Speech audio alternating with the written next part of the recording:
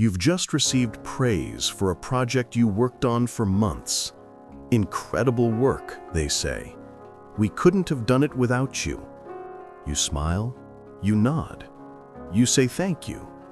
But as the words reach your ears, a different voice, one from deep inside, begins to speak. It whispers, "They have no idea. You were just lucky. You got away with it this time, but next time they'll see you for who you really are." This chilling feeling, this secret conviction that you are a fraud living in someone else's successful life, has a name: the Impostor Syndrome. It's the persistent inability to believe that your success is deserved or has been legitimately achieved as a result of your own competence. It is the vast, empty space between how others see you and how you see yourself. This is not merely a passing wave of self-doubt. It is a pervasive, internal experience that can define your entire relationship with success. This cognitive distortion acts like a filter, systematically erasing any evidence of your own hard work, your intelligence, and your skills. Instead, it relabels every single achievement with an external cause: luck, a fluke of timing, someone else's mistake, or simply the idea that you've managed to fool people who are far more intelligent than you are. And here lies the great paradox. Impostor syndrome is a secret burden carried not by the incompetent, but by the overwhelmingly competent.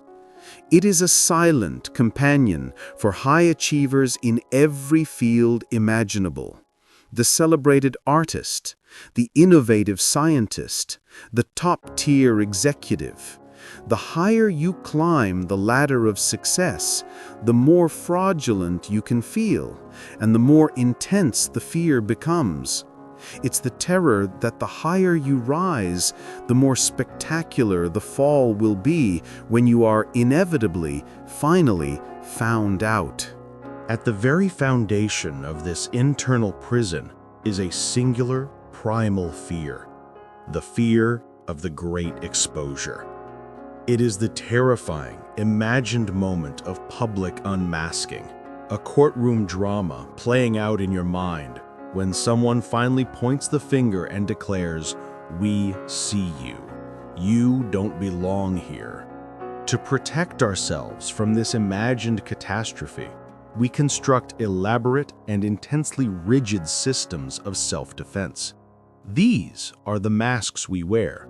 And while we believe they are our armor, protecting us from the judgment of the outside world, they are actually the very engine of the imposter experience, ensuring the fear never, ever goes away. Let's explore 5 of the most common ones in detail. First, we have the mask of the perfectionist.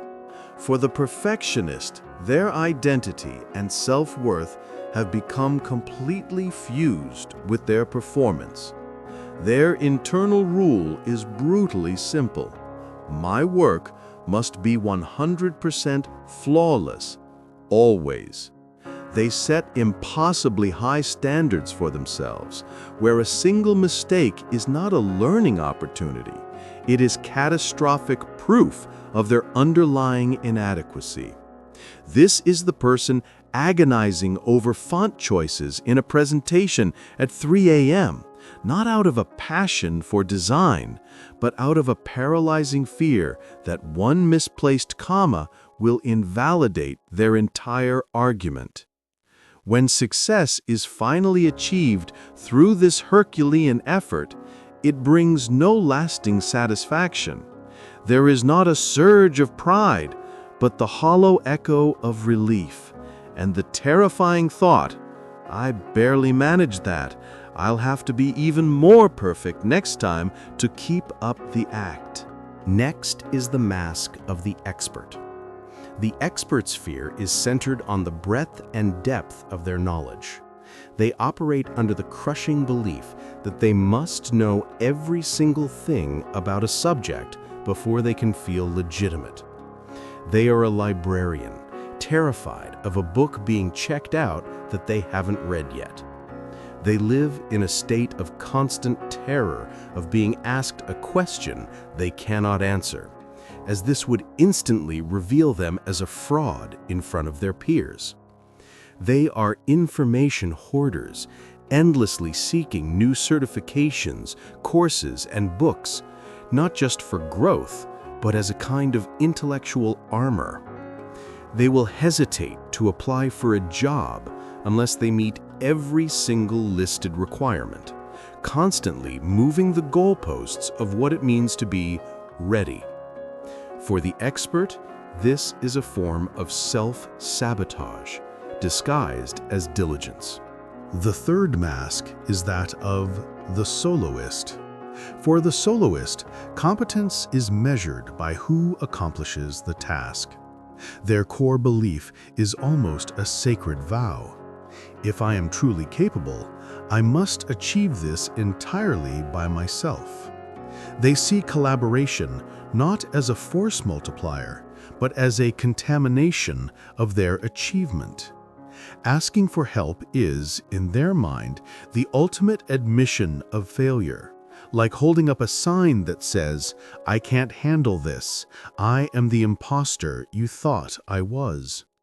They will struggle in agonizing silence for days on a problem that could be solved with a 5-minute conversation, turning down offers of support and viewing teamwork with suspicion. This behavior doesn't prove their worth.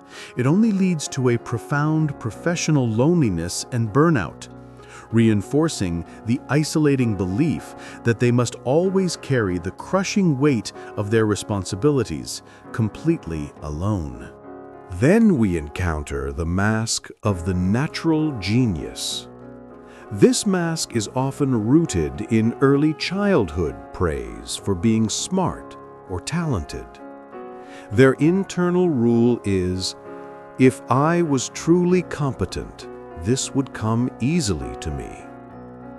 They measure their ability not by their results, but by the speed and ease with which they achieve them. When they are faced with a genuine challenge, when they have to struggle, revise, and put in significant effort, their immediate conclusion is not, "This is a difficult task." It is, "I must be a fraud for finding this difficult." They feel a profound sense of shame for having to work hard, because they believe that true geniuses don't have to try. For them, effort is not a badge of honor. It is damning evidence of their inadequacy. This mindset robs them of the resilience needed to tackle truly complex problems. Finally, we have the mask of the superhero. This person feels like an imposter not just at work, but in all facets of life. Because they feel fundamentally inadequate on the inside, they feel a compulsive need to be a flawless success in every single role they play. The perfect employee, the perfect parent, the perfect friend, the perfect student. They are trying to earn their place in the world by being indispensable in every domain. They push themselves to handle a workload that is fundamentally unsustainable, believing they must excel on all fronts simultaneously. They cannot say no because they believe that showing any limitation, admitting any boundary, would cause the entire illusion of their competence to crumble for everyone to see. For the superhero, burnout isn't just a risk, it's a mathematical certainty in an unsustainable equation. The true tragedy of these masks is that they create a vicious, self-sustaining psychological trap known as the imposter cycle. It works like this. Faced with a new task, you feel anxiety and imposter fears. To cope, You engage your mask's strategy, either extreme over-preparation, perfectionism, or procrastination, followed by frantic, heroic effort. When you inevitably succeed, you feel a brief moment of relief, but no genuine pride. The cognitive dissonance is too great. Your belief that you are a fraud is stronger than the evidence of your success. So your brain creates a new story to resolve the conflict. It tells you you only succeeded because you are a perfectionist who worked 100 hours, or you only succeeded because of pure luck. The success is never internalized. It doesn't build your confidence. It only reinforces the belief that you are a fraud who just barely escaped exposure, making the next task even more terrifying. So, how do we break this self-sustaining cycle? It is not a single battle, but a new way of being, a conscious and continuous practice of self-awareness and self-compassion. It begins with 3 powerful, actionable steps. First, you must become a detective of your own mind. Separate feelings from facts. The imposter syndrome speaks the language of feelings. It is vague, emotional, and catastrophic. Your job is to answer it with cold, hard, undeniable facts. When the voice whispers, "I feel like I don't belong here," you must learn to ask, what is the objective evidence? Is it a fact I am incompetent, or a feeling? This is why creating an evidence file or a logbook of reality is so powerful. A folder where you save every email of praise, every note of thanks, every metric that proves your contribution. In a moment of crisis, when your feelings are screaming that you are a fraud, you must open the file and confront your anxious mind with irrefutable proof.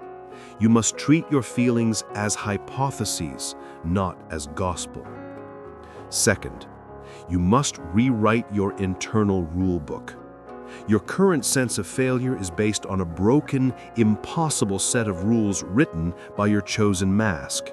It is time to consciously and deliberately write a new one. For the perfectionist, the old rule is, "I must never make a mistake." The new compassionate rule is, "A mistake is evidence that I am pushing my boundaries, not that I am a fraud." For the expert, the old rule is, "I must know everything." The new rule is, "It is okay to say, I don't know, but I will find out." True expertise includes the confidence to learn. For the soloist, the old rule is, "I must never ask for help."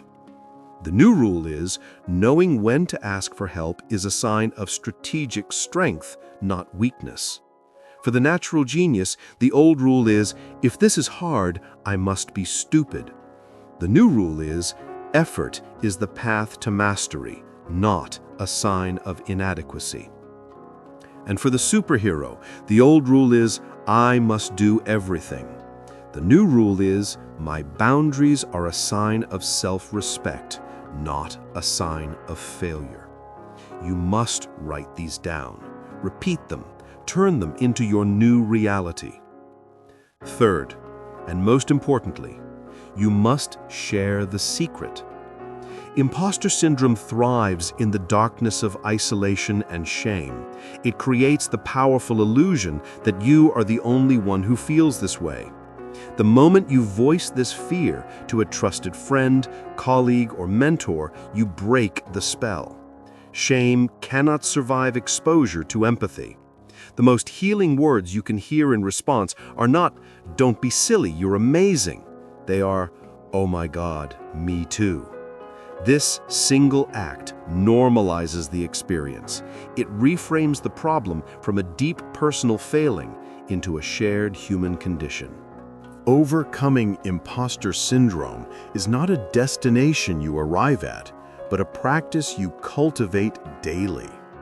It is the practice of self-compassion over self-criticism. It is the practice of accepting praise with a simple, unguarded thank you. It is the practice of seeing your effort, not just your results. You are not an imposter. You are a participant, learning and evolving. The person in the mirror is not a fraud waiting to be discovered. They are a human being waiting to be accepted by you.